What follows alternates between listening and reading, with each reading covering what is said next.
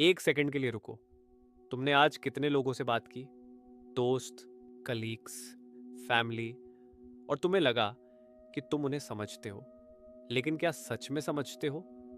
सोचो उस दिन को जब तुम्हारे किसी करीबी ने धोखा दिया। तुमने कहा था, यार मुझे नहीं पता था वो ऐसा करेगा। या वो बॉस जिसने तुम्हारी तारीफ की, कॉम्प्लीमेंट दी और पीठ पीछे तुम्हारा काम किसी और के नाम कर दिया। या वो रिलेशनशिप जहां तुम सोचते रहे सब ठीक है और अचानक सब टूट गया। ये रॉबर्ट ग्रीन की किताब the laws of human nature यही कहती है, इंसान की सबसे बड़ी कमजोरी ये नहीं है कि वो बुरा है, सबसे बड़ी कमजोरी ये है कि वो खुद को नहीं समझता, और जो खुद को नहीं समझता वो दूसरों को कभी नहीं समझ सकता। आज हम उस किताब के अंदर जाएंगे, एक एक लॉ को एक कहानी की तरह खोलेंगे। तुम्हें साइकोलॉजी की हैवी लैंग्वेज नहीं मिलेगी यहाँ, मिलेगी वो बात जो तुमने कभी फील किया लेकिन शब्दों में नहीं कह सके। ये बुक स्मेल है, और यहाँ किताबें सिर्फ पढ़ी नहीं जाती, महसूस की जाती हैं। रॉबर्ट ग्रीन कहते हैं, हम सब एक बड़ी गलती करते हैं। हम मानते हैं कि इंसान रैशनल होता है, यानी सोच समझकर डिसीजंस लेता है। लेकिन सच ये है कि इंसान मोस्टली इमोशन से चलता है और बाद में उसे लॉजिक का नाम दे देता है। एक एग्जांपल लो, तुम्हारा दोस्त रोहान है। एक दिन वो तुमसे कहता है, यार मैंने ये जॉब इसलिए छोड़ी क्योंकि ग्रोथ नहीं थी। लेकिन असल में उसका बॉस उसे पसंद नहीं करता था और उसका ईगो हर्ट हो गया था।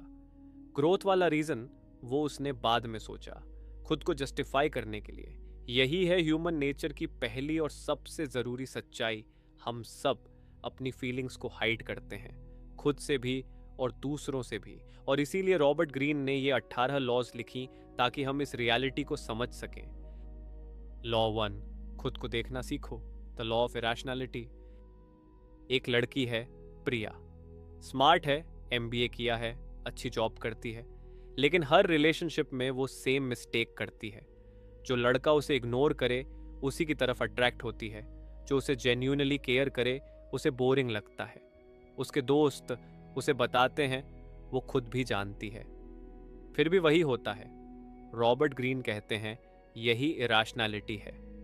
हम जानते हैं क्या सही है, फिर भी वो नहीं करते जो करना चाहिए, क्योंकि हमारी इमोशंस हमारी थिंकिंग को हाईजैक कर लेती हैं। पहली लॉ कहती है, अपनी इमोशंस को ऑब्जर्व करना सीखो। जब तुम गुस्से में हो डिसीजन मत लो, जब तुम एक्साइटेड हो तब भी रुको। अपने आप को एक कैमरा की तरह देखो, जज मत करो, ऑब्जर्व करो। ग्रीन इसे रैशनल सेल्फ कहते हैं, वो वर्जन ऑफ यू जो इमोशन से ऊपर उठकर देख सकता है। प्रैक्टिस ये है, हर रात सोने से पहले पूछो, आज मैंने कौन सा डिसीजन इमोशन में लिया और क्या वो सच में मेरे लिए सही था। लॉ 2, लोगों का असली चेहरा देखो, the law of narcissism. Arjun एक स्टार्टअप फाउंडर है, उसके पास एक इन्वेस्टर है, मिस्टर शर्मा। मिस्टर शर्मा हमेशा कॉम्प्लीमेंट्स देते हैं, हर मीटिंग में कहते हैं, Arjun you are special, you are different from others, I believe in you. Arjun को अच्छा लगता है, वो ज्यादा से ज्यादा शेयर देने लगता है, कंपनी का डिसीजंस में इन्वॉल्व करने लगता है। फिर एक दिन मिस्टर शर्मा ने कहा, कंपनी का डायरेक्शन बदलो, नहीं तो मैं फंडिंग विड्रॉ करता हूं। अर्जुन शॉक में आ गया, लेकिन रॉबर्ट ग्रीन कहते, अर्जुन को पहले ही समझना चाहिए था। ग्रीन कहते हैं, दुनिया में दो तरह के लोग होते हैं, डीप नार्सिसिस्ट्स और healthy self lovers. Deep narcissist वो होता है जिसे सिर्फ अपनी ज़रूरतें दिखती हैं। वो तुम्हारी तारीफ तब करता है जब उसे कुछ चाहिए। उसकी एम्पैथी फेक होती है। इन्हें पहचानने का तरीका देखो कि वो दूसरों की बात कितनी सुनता है। क्या वो कॉन्वर्जेशंस में हमेशा खुद की बात करता है? क्या उसकी तारीफें तब आती हैं जब उसे कुछ चाहिए? क्या वो कभी अपनी गलती मानता है? और सबसे इंपॉर्टेंट, खुद में भी इन पैटर्न्स को देखो। हम सब में थोड़ा नार्सिसिज्म होता है, इसे रिकॉग्नाइज करना, इसी से शुरुआत होती है। लॉ 3, वो देखो जो दिखाई नहीं देता, the law of role playing. Meera एक एचआर मैनेजर है। इंटरव्यू में एक कैंडिडेट आता है, बहुत कॉन्फिडेंट, बढ़िया बातें करता है, इम्प्रेसिव सीवी है। लेकिन मीरा नोटिस करती है जब रिसेप्शनिस्ट ने उसे वेट करवाया तो उसने थोड़ा इम्पेशेंट एक्सप्रेशन दिया। जब उसने वाटर मांगा और थोड़ा लेट मिला तो उसकी आईब्राउज थोड़ी सी टाइटन हुई। मीरा ने उसे हायर नहीं किया। उसके कॉलीग्स ने कहा, क्यों? वो तो परफेक्ट था। मीरा ने कहा, जो इंसान रिसेप्शनिस्ट के साथ इम्पेशेंट है वो टीम के साथ भी इम्पेशेंट होगा। रॉबर्ट ग्रीन की तीसरी लॉ यही है, लोग जो रोल प्ले करते हैं उससे परे देखो। असली कैरेक्टर प्रेशर में, छोटी सिचुएशंस में और अनगार्डेड मोमेंट्स में दिखता है। जब कोई तुमसे इम्प्रेस करने की कोशिश नहीं कर रहा तब उसे ऑब्जर्व करो, वो उसका असली सेल्फ है। लॉ 4, कंपल्सिव बिहेवियर, वो जो बार बार होता है। प्रिया एक बेहद केयरिंग इंसान है।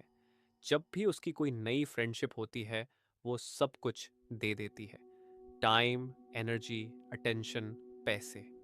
वो उस इंसान को फिक्स करना चाहती है, सेव करना चाहती है। पहले एक दोस्त था जो इमोशनली ब्रोकन था। प्रिया ने सालों उसे सपोर्ट किया, उसने छोड़ दिया। फिर एक बॉयफ्रेंड आया जो फाइनेंशियली अनस्टेबल था। प्रिया ने उसे संभाला, उसने भी छोड़ा। फिर एक कॉलीग आई जो हमेशा क्राइसिस में रहती थी। प्रिया उसकी भी सेवियर बन गई, वो भी चली गई। हर बार प्रिया सोचती है मुझे ही गलत लोग मिलते हैं, लेकिन रॉबर्ट ग्रीन कहते हैं ये कोइंसिडेंस नहीं है, ये कंपल्सिव बिहेवियर है। प्रिया अनकॉन्शियसली ऐसे लोगों को चूज करती है जिन्हें उसकी जरूरत हो, क्योंकि शायद बचपन में उसे तभी प्यार मिला जब वो किसी के काम आई, जब वो यूजफुल थी। अब उसका ब्रेन उसे वही सिचुएशन बार बार रिक्रिएट करने पर मजबूर करता है, चाहे वो कितनी भी पेनफुल क्यों ना हो। इस लॉ का प्रैक्टिकल यूज ये है, जब कोई नया इंसान तुम्हारी लाइफ में आए उसकी पुरानी रिलेशनशिप्स का पैटर्न देखो, लेकिन साथ ही अपना भी पैटर्न देखो। अगर तुम्हारी लाइफ में भी एक जैसी सिचुएशंस बार बार आ रही हैं तो शायद तुम भी कहीं ना कहीं उन्हें इनवाइट कर रहे हो। पैटर्न हमेशा बाहर नहीं होता, कभी कभी वो तुम्हारे अंदर होता है। लॉ 5, शैडो, वो तुम जो नहीं देखना चाहते। ये लॉ सबसे पावरफुल है और सबसे अनकंफर्टेबल भी। रॉबर्ट ग्रीन कार्ल जुंग के कॉन्सेप्ट को यूज करते हैं, शैडो सेल्फ। हर इंसान के अंदर एक शैडो होता है, वो हिस्सा जिसे हम पब्लिकली एक्सेप्ट नहीं करते। हमारी greed, jealousy, insecurity, anger, lust, ये सब शैडो में छुपे होते हैं। नेहा एक स्पिरिचुअल पर्सन है। वो हमेशा कहती है मुझे पैसों से कोई लगाव नहीं, लेकिन जब उसकी कॉलिग को प्रमोशन मिली तो नेहा को बहुत बुरा लगा। उसने कहा वो तो डिजर्विंग नहीं थी। नेहा को पैसों और सक्सेस से लगाव था, लेकिन उसने इसे अपने शैडो में छुपा रखा था। जब ट्रिगर हुआ, शैडो बाहर आया। ग्रीन कहते हैं जब हम अपने शैडो को एक्नॉलेज नहीं करते वो हम पर कंट्रोल करता है। जब हम उसे एक्सेप्ट करते हैं हम उसे कंट्रोल कर सकते हैं। होमवर्क, वो 3 चीजें लिखो जो तुम दूसरों में सबसे ज्यादा जज करते हो। ये वही चीजें हैं जो तुम्हारे अपने शैडो में हैं। ये अनकंफर्टेबल ट्रूथ है, लेकिन यही फ्रीडम का रास्ता भी है। लॉ 6, एनवी, वो झड़ जो दिखता नहीं। विक्रम और समीर दोनों एक कंपनी में काम करते हैं। समीर को एक बड़ा प्रोजेक्ट मिलता है। विक्रम उसे कंग्रेचुलेट करता है, उसके साथ सेलिब्रेट भी करता है। लेकिन रात को विक्रम सो नहीं पाता। वो सोचता है समीर से ज्यादा मेहनत तो मैं करता हूं, बॉस हमेशा उसी को क्यों? ग्रीन कहते हैं ये एनवी है, और एनवी इसलिए डेंजरस है क्योंकि हम इसे कभी एडमिट नहीं करते। हम इसे अनफेयरनेस का नाम दे देते हैं या कंसर्न का। एनवी के साइंस, जब किसी के सक्सेस पर तुम्हें जेन्युइनली खुशी नहीं होती, जब तुम किसी की छोटी फेलियर्स पर सीक्रेटली सेटिस्फाई फील करते हो, जब तुम किसी को डिस्करेज करते हो उनकी भलाई के नाम पर। क्योर, एनवी को एक सिग्नल की तरह यूज करो। जो तुम्हें किसी में एनवी दिलाता है वो एक्चुअली तुम्हारी ओन डिजायर है। विक्रम को समीर से जलन नहीं थी, उसे रिकॉग्निशन चाहिए थी। इस एनर्जी को अपनी ग्रोथ में लगाओ। लॉ 7, शॉर्ट साइटेडनेस, आज की सोच कल की तकलीफ। 2008 की बात है। रोहान के पास एक चांस था, एक रियल एस्टेट डील जो 5 साल में ट्रिपल होती। उसने सोचा अभी पैसे लगाना रिस्क है, देखते हैं। फिर 2020 में जब वही प्रॉपर्टी 10 गुना हो गई, रोहान ने खुद को कोसा। रॉबर्ट ग्रीन कहते हैं यह शॉर्ट साइटेडनेस है। इंसान नेचुरली शॉर्ट टर्म में सोचता है। जो इमीडिएट रिवॉर्ड है वो ज़्यादा अट्रैक्टिव लगता है, जो लॉन्ग टर्म गेन है वो एब्स्ट्रैक्ट और बोरिंग लगता है। ये सिर्फ इन्वेस्टमेंट्स की बात नहीं, रिलेशनशिप्स में भी यही होता है। जो इजी रिलेशनशिप है हम उसमें रहते हैं, जो मीनिंगफुल है बट डिफिकल्ट उसे छोड़ देते हैं। ग्रीन का कहना है टाइम पर्सपेक्टिव बदलो। हर डिसीजन लेने से पहले पूछो 5 साल बाद मैं इस डिसीजन को देखकर क्या फील करूंगा। अगर फ्यूचर में रिग्रेट दिखे तो डिसीजन बदलो। Law 8, self sabotage. हम खुद को क्यों रोकते हैं? अंजलि एक राइटर है, वो टैलेंटेड है। उसकी पहली शॉर्ट स्टोरी वायरल हुई, लेकिन जब उसे अपना पहला नॉवेल लिखने का चांस मिला उसने प्रोक्रास्टिनेट करना शुरू कर दिया। महीनों तक कुछ नहीं लिखा। हर बार कोई ना कोई रीज़न था, मूड नहीं है, टाइम नहीं है, आइडिया अच्छा नहीं है। उसने एक थेरेपिस्ट से बात की और रियलाइज़ हुआ उसे सक्सेस से डर था। अगर नॉवेल फेल हो गई तो उसकी आइडेंटिटी क्रश हो जाएगी। रॉबर्ट ग्रीन कहते हैं सेल्फ सबोटेज एक डीप फियर से आता है। Fear of success, fear of failure, fear of judgement. हम खुद को इसलिए नहीं रोकते क्योंकि हम लेजी हैं, हम इसलिए रोकते हैं क्योंकि हमें समवेयर डर लगता है। Identify your pattern. जहां तुम बार बार स्टक होते हो वहां क्या डर है, उस डर को पेपर पर लिखो, नेम दो उसे। जब डर को नाम मिलता है उसकी पावर थोड़ी कम होती है। Law 9, repression and projection. तुम जो देखते हो वो तुम हो। मोहन हमेशा कहता है यार ये दुनिया बहुत डिसऑनेस्ट है, कोई किसी का सगा नहीं। जब उसके दोस्त उसकी लाइफ को क्लोजली देखते हैं तो पाते हैं मोहन खुद बहुत बार लोगों से झूठ बोलता है, छोटे छोटे झूठ, बेनिफिट्स के लिए। ग्रीन इसे प्रोजेक्शन कहते हैं। जो क्वालिटीज हम अपने अंदर एक्नॉलेज नहीं करते हम उन्हें दूसरों में प्रोजेक्ट करते हैं। मोहन डिसऑनेस्ट था लेकिन उसने इसे रिप्रेस किया, इसलिए उसे दुनिया डिसऑनेस्ट लगती थी। यह लॉ रिलेशनशिप्स में बहुत काम आती है। अगर तुम्हारा पार्टनर कहे तुम मुझसे प्यार नहीं करते तो शायद वो खुद अपनी फीलिंग्स के बारे में अनश्योर हो। अगर कोई कहे सब लोग जेलस हैं मुझसे तो उसके अंदर डीप इनसिक्योरिटी हो सकती है। ऑब्जर्व करो लोग दूसरों के बारे में सबसे ज्यादा क्या कहते हैं, वो उनके अपने बारे में सबसे ज्यादा रिवील करता है। Law 10, attitude. वो एनर्जी जो सब महसूस करते हैं। 2 लोग सेम रूम में एंटर करते हैं, एक के आने से रूम में एनर्जी आती है, लोग उसकी तरफ खिंचते हैं, उसकी बात सुनते हैं। दूसरे के आने से कोई नोटिस नहीं करता। Same education, same looks, same clothes, फिर भी इतना फर्क क्यों? रॉबर्ट ग्रीन कहते हैं ये एटीट्यूड है। एटीट्यूड वो एनर्जी है जो तुम्हारे वर्ड्स से नहीं तुम्हारी प्रेजेंस से आती है। लोग तुम्हारे शब्द भूल जाते हैं लेकिन वो फीलिंग जो तुमने दी वो याद रहती है। और ये एटीट्यूड कहाँ से आता है? ये आता है सेल्फ बिलीफ से, उस विश्वास से कि तुम वैल्यूएबल हो, चाहे कोई एक्नॉलेज करे या ना करे। प्रैक्टिस। हर सुबह 5 मिनट के लिए खड़े होकर स्ट्रेट पोस्चर में सोचो उन चीजों के बारे में जो तुमने अचीव की है, जो चैलेंजेस तुमने फेस किए। ये बॉडी लैंग्वेज और इंटरनल एनर्जी दोनों को शिफ्ट करता है। लॉ 11, फ्लैटर करने वाले, सिकोफैंसी का जाल। एक सीईओ है मिस्टर कपूर। उनके इर्द गिर्द हमेशा कुछ लोग होते हैं जो हर बात पर एग्री करते हैं। Sir, brilliant idea.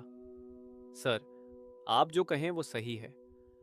Mister Kapoor को अच्छा लगता है, ये लोग उनके फेवरेट्स बन जाते हैं। 3 साल बाद कंपनी को बड़ा नुकसान होता है क्योंकि उनकी कोई भी बैड डिसीजन को किसी ने चैलेंज नहीं किया। रॉबर्ट ग्रीन की यह लॉ बहुत प्रैक्टिकल है। फ्लैटरर्स को पहचानो और उनसे सावधान रहो। जो हमेशा अग्री करे, जो कभी चैलेंज न करे, जो तुम्हारी हर बात की तारीफ करे, वो तुम्हारा दुश्मन है, भले ही उसे खुद पता ना हो। असली दोस्त वो है जो तुम्हें अनकंफर्टेबल ट्रूथ बताए, जो तुम्हारी बैड आइडियाज को रिस्पेक्टफुली चैलेंज करे। उस इंसान को अप्रिशिएट करो, वो रेयर है। Law 12, resistance. लोगों को चेंज करने की कोशिश। कविता अपने पति को चेंज करना चाहती है। वो चाहती है कि वो ज्यादा एक्सप्रेसिव हो, ज्यादा शेयर करे, वो बात करती है, आर्ग्यू करती है, एग्जाम्पल्स देती है, कुछ नहीं होता। रॉबर्ट ग्रीन कहते हैं डायरेक्ट मेथड से लोगों को चेंज करने की कोशिश करना वेस्ट ऑफ टाइम है। जितना तुम पुश करते हो उतना वो रेजिस्ट करते हैं। इनडायरेक्ट अप्रोच काम करती है। अगर तुम चाहते हो कि कोई चेंज हो, उसके साथ उस चेंज को एम्बॉडी करो। अगर तुम चाहते हो कि घर में पॉजिटिविटी हो, तुम पॉजिटिव रहो। एनवायरनमेंट बदलो, पर्सन नहीं। और समटाइम्स लोग चेंज नहीं होते। उस रियलिटी को एक्सेप्ट करना भी एक स्किल है। लॉ 13, कंफॉर्मिटी, भीड़ का असली चेहरा। 2020 में जब कोविड आया, सोशल मीडिया पर एक ट्रेंड था, एक स्पेसिफिक ट्रीटमेंट के बारे में। मिलियंस ऑफ पीपल शेयर कर रहे थे, फॉरवर्ड कर रहे थे। बाद में वो कंप्लीटली फॉल्स निकला। रॉबर्ट ग्रीन कहते हैं ह्यूमंस नेचुरली कंफॉर्म करते हैं। जब बहुत लोग कुछ कर रहे होते हैं, हमारा ब्रेन अस्यूम करता है शायद यही सही है। यह सर्वाइवल मैकेनिज्म था प्रिमिटिव टाइम्स में। आज यह डेंजरस है। क्रिटिकल थिंकिंग की लॉ, जब कोई आइडिया या ट्रेंड बहुत फास्ट वायरल हो रहा हो, ठहरो, पूछो क्या यह एक्चुअली सच है? क्या मैं इसे इसलिए बिलीव कर रहा हूं क्योंकि यह ट्रू है, या इसीलिए क्योंकि सब बिलीव कर रहे हैं? इंडिविजुअलिटी प्रोटेक्ट करो। यह अनकंफर्टेबल है, लेकिन यही रियल इंटेलिजेंस है। लॉ 14, एग्रेशन, वो फोर्स जो छुपी रहती है। ऑफिस में एक कॉलीग है, रावी, हमेशा स्वीट, पोलाइट, कोऑपरेटिव, लेकिन समहाउ जो प्रोजेक्ट्स रावी हैंडल करता है उनमें तुम्हारा कंट्रीब्यूशन कम दिखता है। मीटिंग्स में तुम्हारी बात को वो स्मूथली रीडायरेक्ट कर देता है। तुम्हें कभी फील नहीं होता कि कुछ रॉन्ग हो रहा है, लेकिन 2 साल में तुम्हारी पोजीशन वीक हो गई है। रॉबर्ट ग्रीन कहते हैं यह पैसिव अग्रेशन है, सबसे डेंजरस टाइप। जो ओपन अग्रेशन है उसे हैंडल करना आसान है। जो हिडन है वो तुम्हें तब पता चलता है जब डैमेज हो चुका होता है। साइंस ऑफ पैसिव एग्रेशन, जो कंसिस्टेंटली आपको अंडरमाइन करे बट स्वीटली, जो कॉम्प्लीमेंट्स में बैकहैंडेड इंसल्ट्स हों, जो ऊपर से सपोर्ट करे लेकिन असल में ऑब्स्टिकल्स क्रिएट करे। इनसे डील करने का तरीका, डायरेक्ट बनो। पैसिव अग्रेशन डार्कनेस में सरवाइव करती है। जब तुम डायरेक्ट कन्फ्रंटेशन लाते हो, यह फेड हो जाती है। लॉ 15, जनरेशनल पैटर्न्स, वो जो इनहेरिट होता है। स्मिटा का घर था जहां पैसों की हमेशा तकलीफ थी। उसके माता पिता हमेशा आर्ग्यू करते थे फाइनेंसेस को लेकर। अब स्मिटा 30 साल की है, वो अच्छा कमाती है, लेकिन फिर भी उसे कांस्टेंट एंजाइटी रहती है पैसों के बारे में। वो कभी सिक्योर फील नहीं करती। रॉबर्ट ग्रीन कहते हैं हम अपनी जनरेशन से पैटर्न्स इनहेरिट करते हैं। चाइल्डहुड में जो एनवायरनमेंट था वो हमारे ब्रेन में डीप पैटर्न्स बना देता है। इन्हें कॉन्शियसली रिकॉग्नाइज किए बिना हम इन्हें रिपीट करते रहते हैं। स्मीटा को रियलाइज करना होगा उसकी एंजाइटी प्रेजेंट रियलिटी नहीं है, वो उसके पास्ट का एको है। थेरेपी, जर्नलिंग, सेल्फ अवेयरनेस, ये टूल्स हैं इन पैटर्न्स को ब्रेक करने के लिए। लॉ 16, डेथ, वो रिमाइंडर जो हम अवॉइड करते हैं। ये सुनने में अजीब लग सकता है, लेकिन रॉबर्ट ग्रीन कहते हैं कि मॉर्टेलिटी को रिमेंबर करना एक पावरफुल टूल है। एक स्टोरी है, स्टीव जॉब्स, जब कैंसर डायग्नोसिस हुई उनको, उन्होंने एक इंटरव्यू में कहा था, remembering that I will be dead soon is the most important tool I have ever encountered to help me make the big choices in life. जब तुम्हें याद रहता है कि टाइम लिमिटेड है, तो तुम उन चीज़ों पर टाइम वेस्ट नहीं करते जो मैटर नहीं करती। वो ग्रजेस जो तुम 5 साल से कैरी कर रहे हो, क्या वो रियली वर्थ इट है?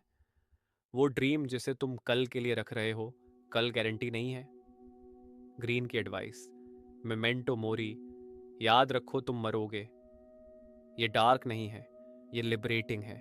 ये तुम्हें वो लाइफ जीने पर फोकस करता है जो तुम एक्चुअली चाहते हो। लॉ 17, एम्पैथी, असली कनेक्शन का रास्ता बहुत लोग सोचते हैं। एम्पैथी यानी दूसरों के साथ अग्री करना, उनकी फीलिंग्स वैलिडेट करना। रॉबर्ट ग्रीन कहते हैं यह सुपरफिशियल एम्पैथी है। डीप एम्पैथी ये है किसी इंसान को उसकी पूरी कॉम्प्लेक्सिटी में देखना, उसके फियर्स, उसके ड्रीम्स, उसके वूंड्स, सब कुछ, और तब रिस्पॉन्ड करना। प्रिया के बॉस ने एक बार नोटिस किया कि वो हमेशा प्रेजेंटेशंस में नर्वस रहती है। बाकी लोग इग्नोर करते थे। बॉस ने उससे प्राइवेट में बात की, समझा कि उसे पब्लिक स्पीकिंग का डर है। उन्होंने उसे स्मॉलर सेटिंग्स में प्रैक्टिस करने का चांस दिया। 6 महीने में प्रिया बेहतरीन प्रेजेंटर बन गई।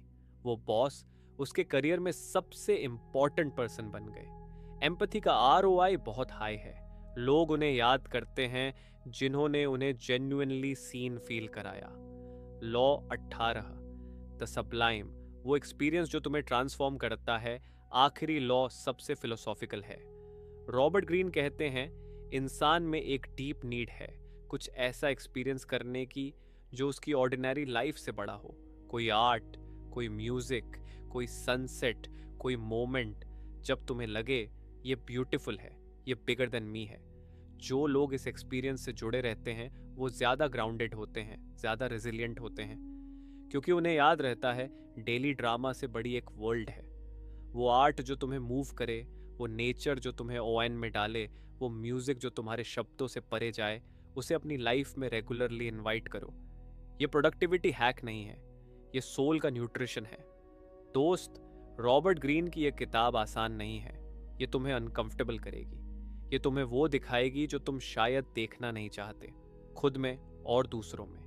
लेकिन यही इसकी सबसे बड़ी ताकत है, क्योंकि जो सच अनकंफर्टेबल होता है वही सबसे ज्यादा ट्रांसफॉर्म करता है। मनोज मुंतशिर ने एक बार कहा था, जो दिल का दर्द है वही सबसे बड़ा सच है। और रॉबर्ट ग्रीन की यह किताब उसी दर्द को, उस ऑकवर्ड ट्रूथ को बस एक नेम देती है, एक फ्रेमवर्क देती है। तो अगर तुम सच में अपनी जिंदगी को बेटर बनाना चाहते हो तो ये किताब पढ़ो। धीरे धीरे एक एक लॉ को अपनी जिंदगी में ऑब्जर्व करो। और याद रखो, सेल्फ नॉलेज सबसे पावरफुल नॉलेज है।